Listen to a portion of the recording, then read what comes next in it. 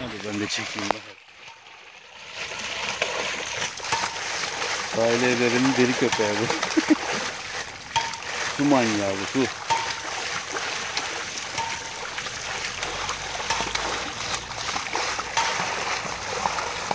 Al. Al. Al.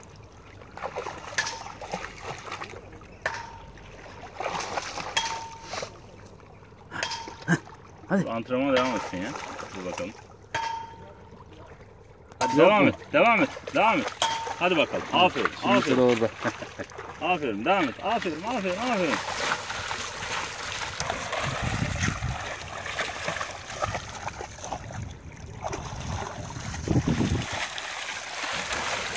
Enerjiye bak ya.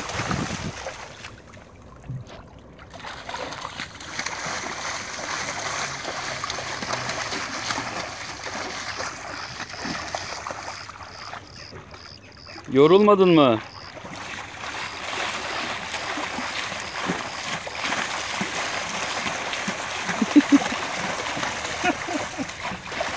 Eridin de eridin.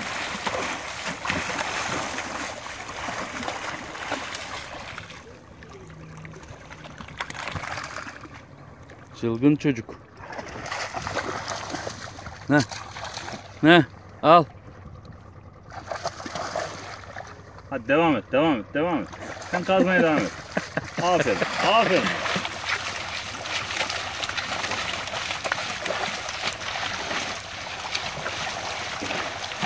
Aferin. Aferin. Aferin.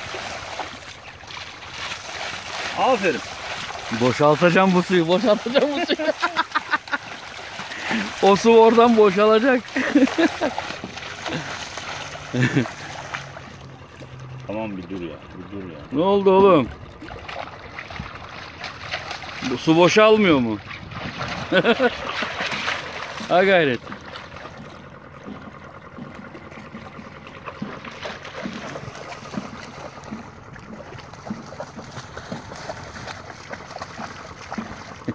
Buradan ne çıkıyor abi?